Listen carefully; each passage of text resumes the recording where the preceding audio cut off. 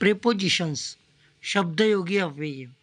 नामे व सर्वनामे यांचा एकमेकांशी व आपसातील संबंध दर्शविणाऱ्या शब्दाला शब्दयोगी अव्यय किंवा प्रेपोजिशन म्हणतात. इंग्रजी भाषेत प्रेपोजिशनचा बिनचूक वापर करायला फार महत्त्व आहे. या ठिकाणी काही नेहमीच्या वापरातील प्रेपोजिशन व त्यांचे अर्थ दिलेले आहेत. ते असे पाठ करा की जेणेकरून केव्हाही व्यवस्थित आठवतील आणि त्यांचा उपयोग आपणास सहज करता येईल. बघा खाली दिलेले आहेत. अबाउट विषयी, लगत, भोवती, सुमारास.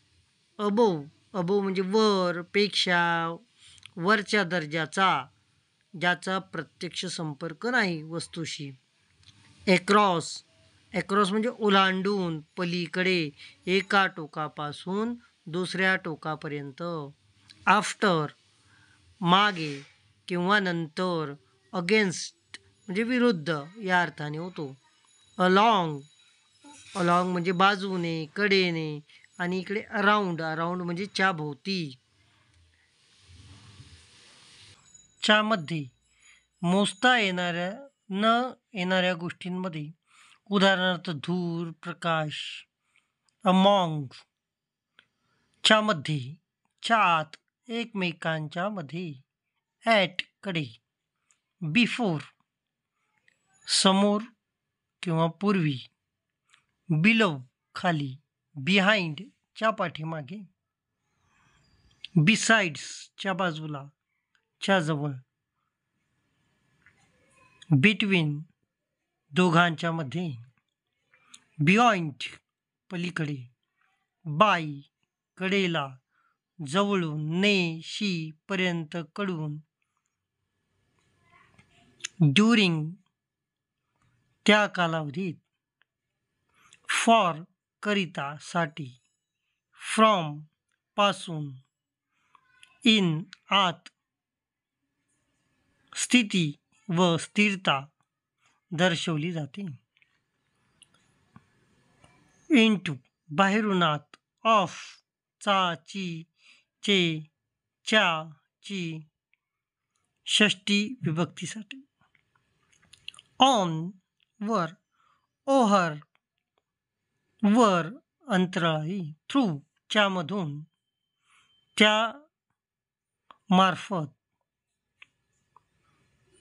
टिल पर्यंत. टू कडे. स ला. अफ वर. अपॉन च्या वर. विथ सह किंवा बरोबर. विदाउट शिवाय किंवा वाचून. प्रेपोजिशनचा उपयोग. नंबर 1. देश किंवा मोठ्या शहरांच्या नावापूर्वी इन वापरतात. लहान खेड्यांच्या नावापूर्वी ॲट वापरतात. उदाहरणार्थ, he lives in Solapur. I live at Jalkot. दोन वस्तू असताना बिटवीन वापरतात आणि दोनपेक्षा जास्त असल्यास अमॉंग वापरतात. उदाहरणार्थ, the table is between the door and the window. Divide this money among 5 brothers. Number 3. स्थिर वस्तूबद्दल ऑन आणि चल वस्तूबद्दल अपॉन वापरतात. उदाहरणार्थ, the cat jumped upon the table. The book is on the box.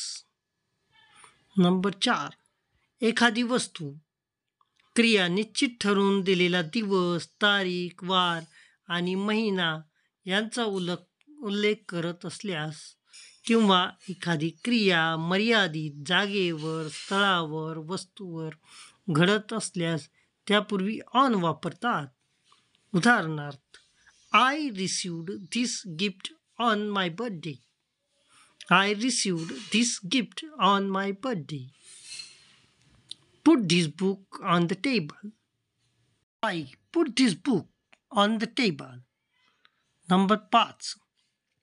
एखादी क्रिया एखाद्या इसवी सनात, महिन्यात व वर्षात घडत असल्यास तत्पूर्वी इन वापरतात. उदाहरणार्थ, Hitler attacked Poland in the September 1938. Number 6. एखादी क्रिया एखाद्या स्थळाजवळ निश्चित ठिकाणाजवळ घडत असल्यास किंवा ठरवून दिलेल्या निश्चित वेळेत घडत असल्यास अथवा एखादा सण उत्सव असल्यास ॲट वापरतात. उदाहरणार्थ, all of us gather at the bus stop. All of us gather at the bus stop. I get up at 6 o'clock early in the morning.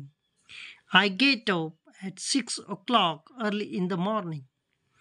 7. एखाद्या ठिकाणी जायचे किंवा यायचे असेल तर त्यापूर्वी टू वापरतात. उदाहरणार्थ, They swam hard to the other bank of the river.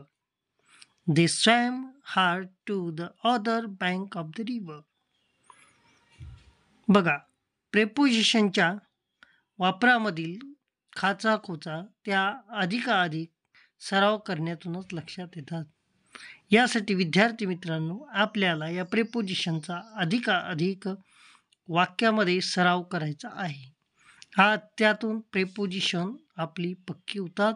त्यांचा योग्य वापर केल्यावर भाषेवर प्रभुत्व निर्माण होतं.